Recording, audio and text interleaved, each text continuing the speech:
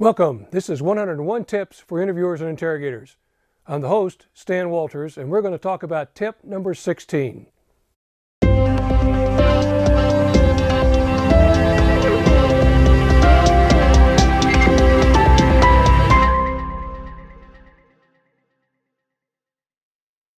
Tip number 16 of our series 101 Tips. Let me ask you a question. Would you be interested in getting 60% more information from every subject you interview? Thought so. Then you need to conduct a narrative-based form of interview. There's two forms of interviews. We'll talk about another one later. But the narrative-based interview, the purpose is eliciting as much information from that subject as you possibly can. There's four component parts to this process. This is what we teach in practical kinetic interview and interrogation, which is a narrative-based format. First phase is the orientation process.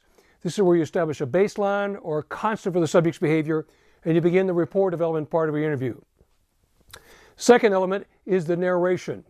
Now, who would you think would be doing the majority of the talking to the narration? If you said the interviewer, you're wrong. It's the subject. We let the subject narrate, and we use very open-ended questions such as tell, show, describe, explain.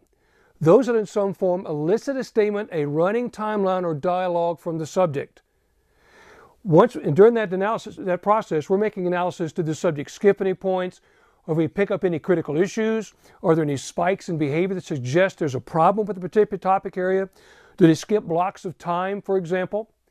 Those become our target list when we move to the next element, which is cross-examination. This is when we as interviewers begin to narrow our focus and we pick those 3 or 4 points during the interview. We follow up and we dig into detail about what's missing. We ask for more accuracy. We ask for more explanation from the subject on that particular point. The final piece is resolution or the corroboration. Remember, no statement stands until you've got validation or confirmation from another source, another victim, another witness, another subject, crime scene search, or lab evidence. So deploy the narrative-based process: orientation, narration, cross-examination, resolution. Resolution is kind of the Sears service contract, if you will. This ensures that you have got a valid statement and you don't have a contaminated statement from your subject. Using this format has proven empirically to get a minimum of 60% more information, and that's what you're after in an interview: information. Come back again. We're going to go through tip number 17. Please subscribe to the channel if you just dropped in the middle here. Connect with me on Facebook, LinkedIn, Twitter, Instagram, and comment below on the interviewing styles that you've seen. What has worked for you? And see if you can make the narrative-based interview work. Tell me how that would fit, and give me some stories about how you've deployed that.